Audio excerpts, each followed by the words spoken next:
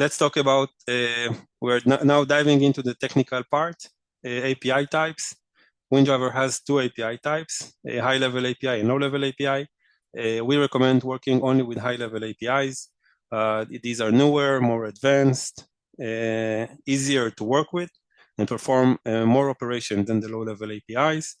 Basically, the high-level API is managed from the user mode, and the low-level API sits in the kernel mode.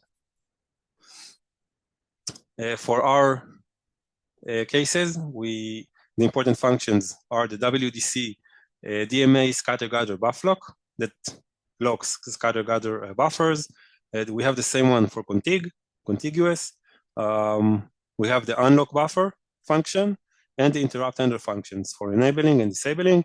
And now if I click on each of these, you can see that there is a documentation that really tells everything you need to know about the signature, the parameters, the values, and it also, you can also find it in the code. Okay. Generating a DMA code on the wizard, we've talked about it. It's a diagnostic program, a skeletal driver, device driver. We talked about makefile. I said we have samples for Altera, Xilinx, XDMA, QDMA. Okay, so let's talk about how to implement DMA. The sequence, as far as WinDriver goes, or what WinDriver does, is to allocate a user mode buffer, locking it, and notify or ends the DMA. Okay, this is what our API provides. To allocate the buffer, lock it, so other processes can't access it. In the middle, there is your program, okay? What you want to be transferred, what data, to which offsets, what do you want to happen? Do you want to enter, to add an interrupt handler or not? That all depends on you. But WinDriver gives you everything you need in order to perform in the buffer required to perform the DMA. Let's go over the routine. Okay, and in this case, let's do something like this. Here we have the routine. And I'll open XDMA right here.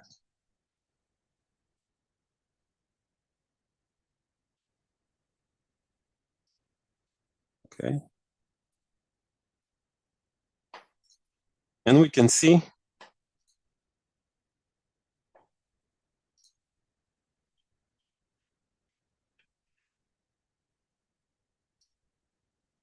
okay. So now we can see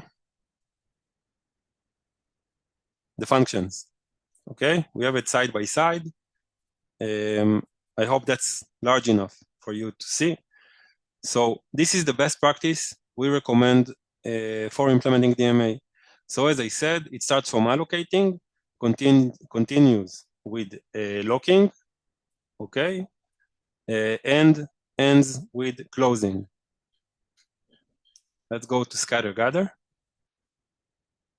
which is considered more difficult to perform. So your DMA routine function, you add it, should include these parameters.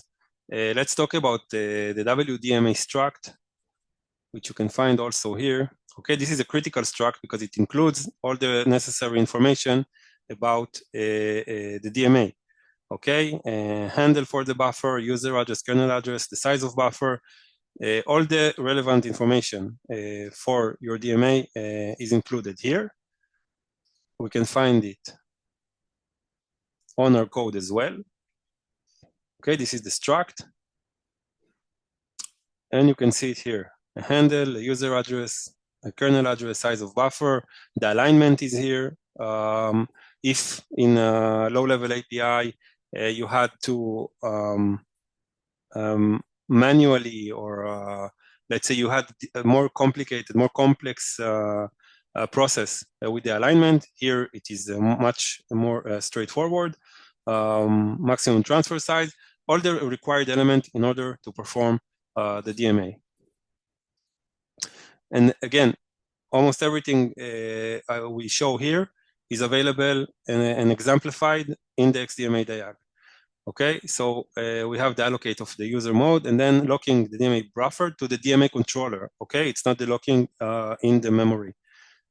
So if we want to see how this was implemented with these parameters, we can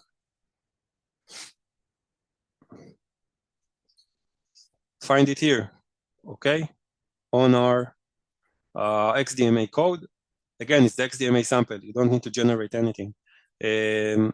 To open a DMA handle, allocating and initialize XDMA DMA information structure, including allocation of scatter-gather DMA buffer.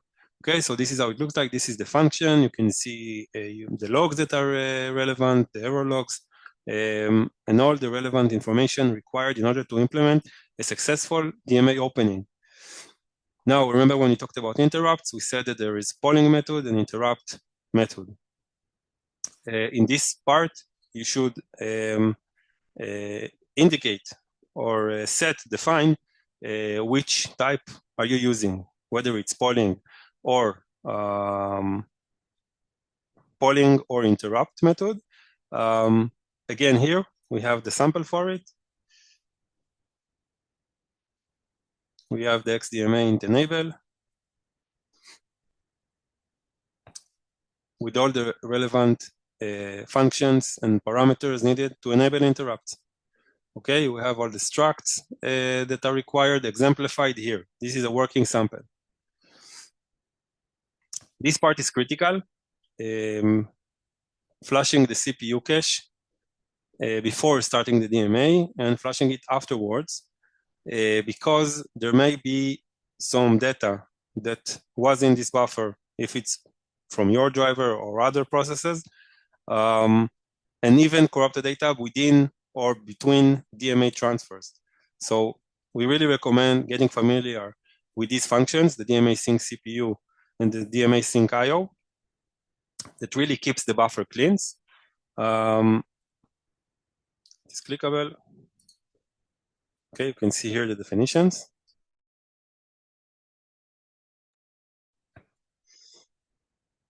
And utilize it in order to prevent data corruption. Let's continue. My DMA start is your program. Okay, what do you want? What do you want happening after the we have the buffer locked, allocated, and locked? NDMA close again is closing everything, freeing the buffers and disabling the interrupt handler.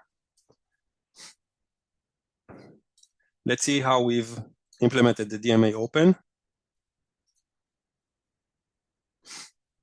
function. Okay, so here you can see that open a DMA handle, allocate and initialize the XDMA information struct. You can choose the direction, lock a scatter-gather DMA buffer. With the DMA scatter-gather buff lock, that happens quite automatically, as you saw.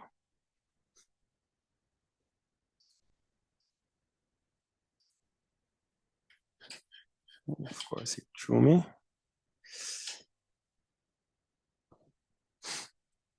Okay.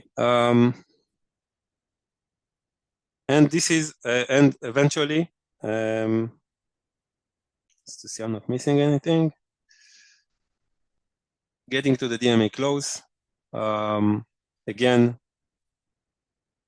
disabling the DMA interrupts if enabled. So if you're not familiar with it, this is the way we recommend implementing your DMA program. And you can see how we created our sample and rely on it.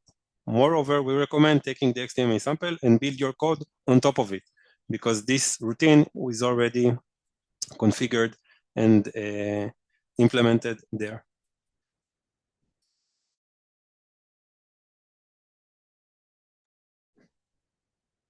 Sorry, okay.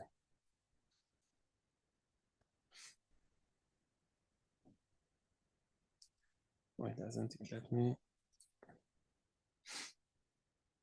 When I talked about offsets and device specifics, this is what I've talked about. Each device comes with the manual and product specifications. In this case, it's a Xilinx product specification page with a descriptive format. It includes the fields, the bit index, the description, and everything. So before even trying to plan and see what your driver is aimed to do, be familiar with your device and make sure you understand which offset does what and which functionality is open. So there are a few things that we haven't implemented. The first one is, as I said, the DMA start that says, tells to the device, initiate the DMA transfer. The DMA wait for completion is if you're using polling. Remember when we saw that scheme? So the waiting for completion is when the answer is no. Either continue, poll the device for completion, or wait for DMA done interrupt. If you're not using polling method, then you need to use an interrupt handler, which we also provide, if I haven't showed that.